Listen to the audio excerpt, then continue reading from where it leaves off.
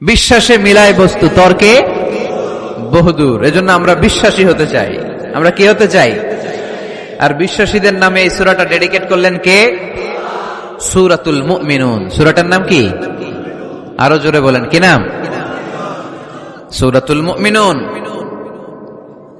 এই সূরাটা নাজিলের একটা ব্যাকগ্রাউন্ড আছে, শানে নুজুল, কোন সময়ে কোন প্রেক্ষাপটে নাজিল হলো। এটা শুনলে সূরার তাফসীর বুঝতে আমাদের সুবিধা হবে। আল্লাহ রাসূল সাল্লাল্লাহু আলাইহি ওয়াসাল্লাম সাহাবাদেরকে নিয়ে বসা, হঠাৎ করে উমরে ফারুক মৌমাছির আওয়াজ শুনতে পেলেন, বন বন বন বন আওয়াজ। হাদিসটা এসেছে মুসনাদ ইবনে আহমদ ইবনে হাম্বলে, সুনানে তিরমিজিতে। বন বন মৌমাছির যখন আওয়াজ, উমরে ফারুক মৌমাছি খুঁজতে আরম্ভ করলেন, কিন্তু কোনো মৌমাছি উনি খুঁজে পান না। তখন উনি বুঝতে পেলেন আসলে এটা মৌমাছি না, এখনই আল্লাহ রাসূল সাল্লাল্লাহু আলাইহি ওয়াসাল্লামের উপর কোরআনের আয়াত নাজিল করতেছে কে? অনেকগুলো পদ্ধতিতে আল্লাহ রাসূল সাল্লাল্লাহু আলাইহি ওয়াসাল্লামের কাছে কোরআন এসেছে। আমরা তো মাগনা মাগনা কোরআন পাইছি, সুন্দর করে এমদাদিয়া কোম্পানি ছাপাই দিছে, আব্বা কিনা বাসায় নিয়ে আসছে, এবার আমি রমজান মাসে কোরআনের খতম দেই। আহা, আল্লাহ রাসূল সাল্লাল্লাহু আলাইহি ওয়াসাল্লাম কি এত সহজে কোরআন পেয়েছে? না, অনেক কষ্ট করে তিনি কোরআন রিসিভ করতেন। মিসলা সালসালাতিল জারাস, মাঝে মাঝে ঘন্টার ধ্বনির মতো কোরআন নাজিল হতো। প্রাইমারি স্কুল ছুটি হলে দপ্তরি ঘন্টা বাজায় না, ধাম ধাম বিকট আওয়াজ হয়। এরকম আওয়াজে যখন কোরআন নাজিল হতো, আল্লাহ রাসূল সাল্লাল্লাহু আলাইহি ওয়াসাল্লাম কোরআন রিসিভ করতে যেয়ে ঘেমে যেতেন শীতের রাতে। আজকে একটা শৈত্য প্রবাহ গেছে না, প্রচন্ড শীত। দুপুরবেলা আমার প্রোগ্রাম ছিল কিশোরগঞ্জের, কি নাম, পাকুন্দিয়া। প্রচন্ড শীতে লোকজন কাঁপছিল। আপনাদের তো প্যান্ডেল আছে, ওদের প্যান্ডেলও ছিল না, খোলা ময়দানে লক্ষ লক্ষ মানুষ। তো প্রচন্ড শীতের রাতে আম্মাজান আয়েশা রাদিয়াল্লাহু তাআলা আনহা উনি কাঁপতেন, আর এই কোরআন রিসিভ করতে যে বিষ্ণু ঈসা ইসলাম ঘামতেন। সুবহানাল্লাহ বলতে পারলেন না?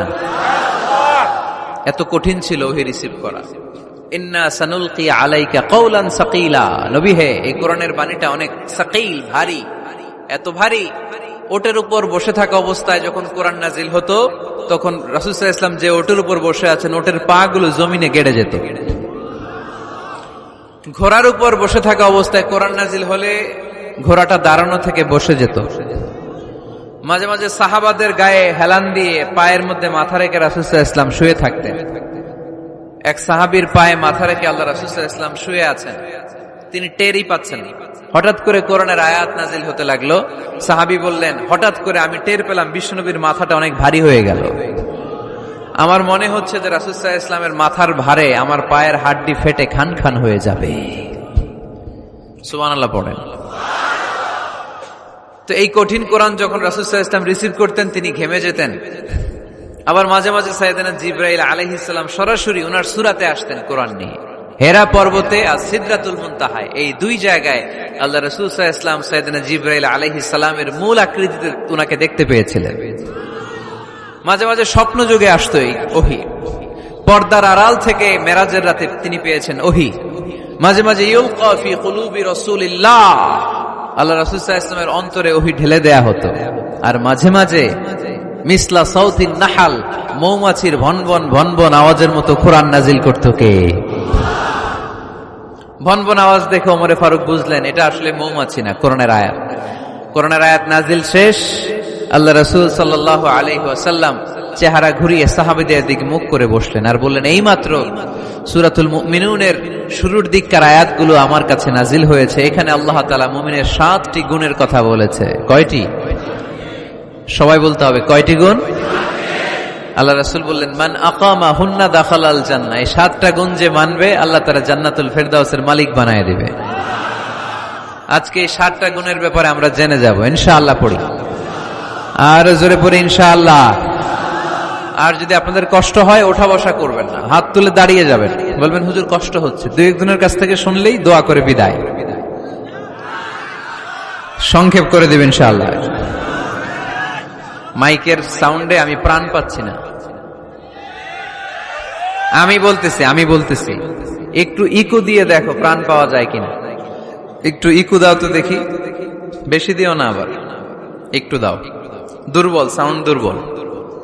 প্রতি রাতে আমাদেরকে কথা বলতে হয়। সাউন্ড সিস্টেম যদি ডিজিটাল সাউন্ড সিস্টেম না হয়, দুর্বল হয়, আমাদেরকে শাউট করতে হয়। একদিনের জন্য শাউট করে আমার গলা ভাঙলে আমার জীবন ধন্য, সমস্যা নাই। কিন্তু আমার তো একদিন না। নোয়াখালীর লোকেরা কয়, হুজুর আন্নেগো একদিন, আঙ্গো ব্যাগ দিন। মানে আপনাদের একদিন হইলো আমাদের ব্যাগ দিন, মানে প্রতিদিন। কি হইছে? সাপ কই? বসো বসো। তাহলে মুমিনের কয় গুণ? গলায় আওয়াজ নাই। কয়টা গুণ? এই শেষ পর্যন্ত এরকম আওয়াজ লাগবে আমার। আওয়াজ তোলা যাবে? মাশাআল্লাহ।